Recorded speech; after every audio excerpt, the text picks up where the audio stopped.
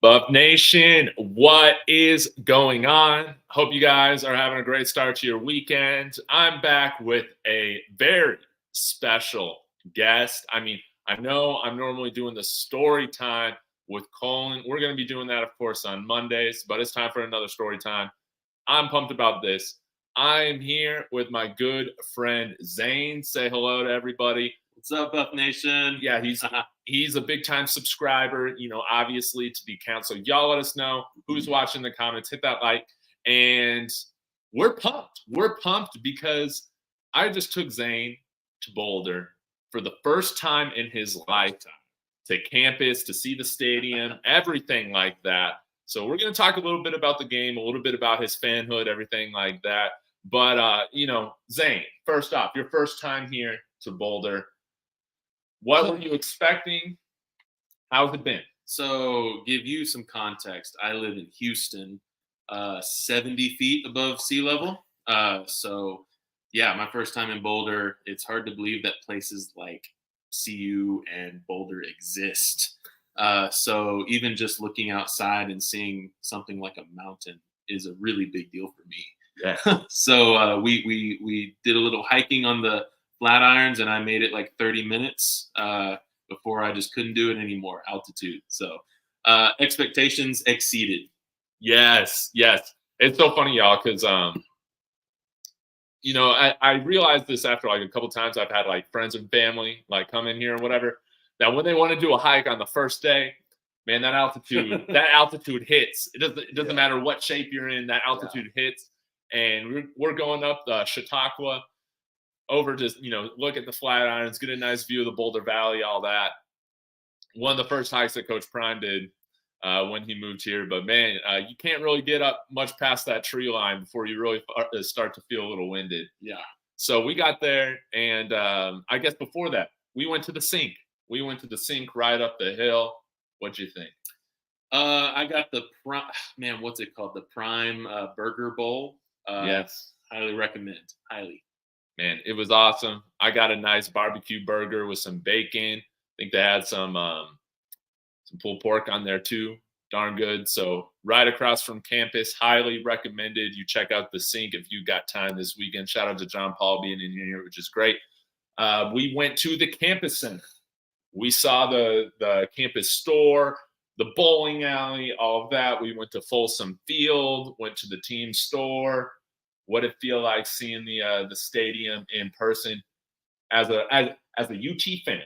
Yeah, how's it compare? That's more context about me. I grew up a Texas Longhorns fan, and just throughout my life, I find Texas Longhorn fans to be very insufferable, and so I don't mind saying that about my own people. And that's how I became a Buss fan several years ago, actually, before Prime got here.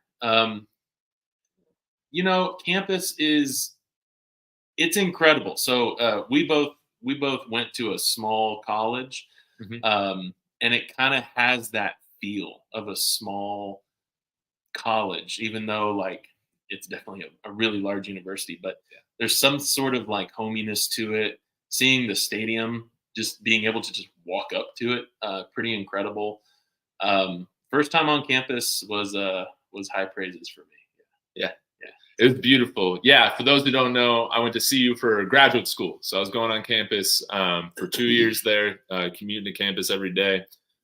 And it never gets old. It never gets old. When we were by the bowling alley at the UMC, there was a guy that brought his family there, his 4 kids. And he's like, oh, man, they still got the bowling alley here. They had the cheapest beer here at the bowling alley. Cheapest beer on campus here at the bowling alley. And I was like, yes, I love the bowling alley. It's awesome. But as someone who has been following the Buffs, not only this year, but in years previous, it's kind of your second team in addition to watching the Longhorns, man. What has this year meant to you so far? Dude, it's pretty incredible. And I originally started following the Buffs because I wanted what I call an investment team. Longhorn fans just sort of expect the world, and I was just really tired of that. I wanted a team that appreciated what they had, And man, anytime I listen to a podcast or anything like that, where it's recruiting and how everybody was just elated to get a 3-star recruit, I thought that was so cool. I thought that was so cool. And I kind of view this year as like my investment has paid off. Yeah. To where I can really enjoy what is happening. I mean, not that I didn't enjoy it, but just like you guys, I didn't like to see 1-11. Nobody does, and I couldn't even watch the games because nobody cared, right? Yeah. It's really cool. It's really cool to see my investment pay off. Well, man, I'm just freaking pumped, man. I'm freaking pumped for you to see Ralphie run tomorrow. Dude, I'm so excited. Yeah.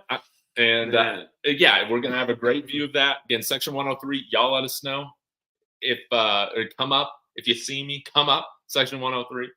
And I'm excited for you to, sing the fight song. I'm excited to go to the DNVR tailgate with you tomorrow.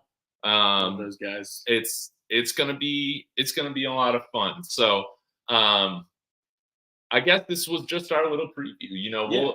We'll have more stories to share throughout the weekend, but any other particular things you want to note on from this season or the matchup? I think what I appreciate most about Buffs fans and Buff Nation is how welcoming and how accepting this community is. I absolutely love everybody in the comments.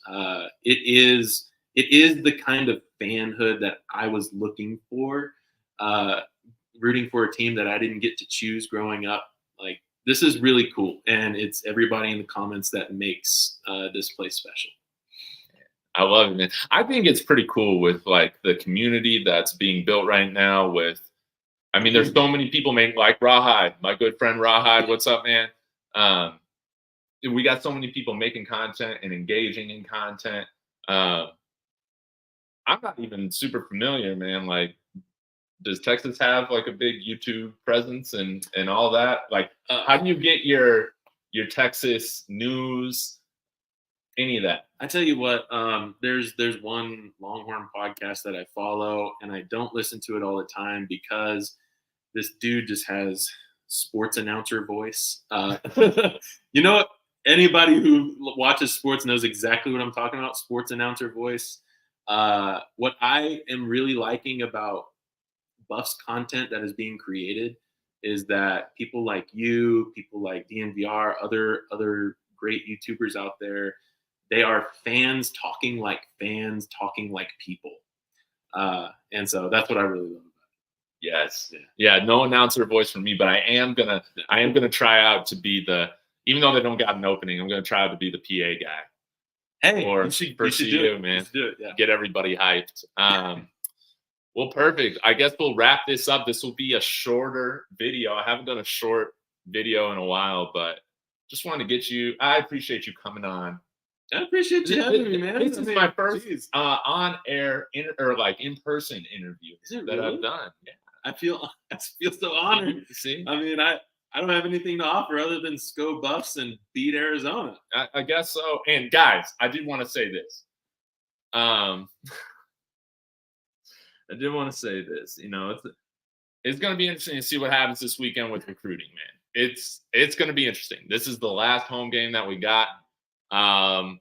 We got some guys that have come in here with, that are coming in here that are committed because of Sean Lewis and Bill Boyle. I think what I am expecting again is for them not to be here by the end, when the season ends. And I think Talon Chandler is a lock. I think he is, but he's going on a visit to Missouri this weekend.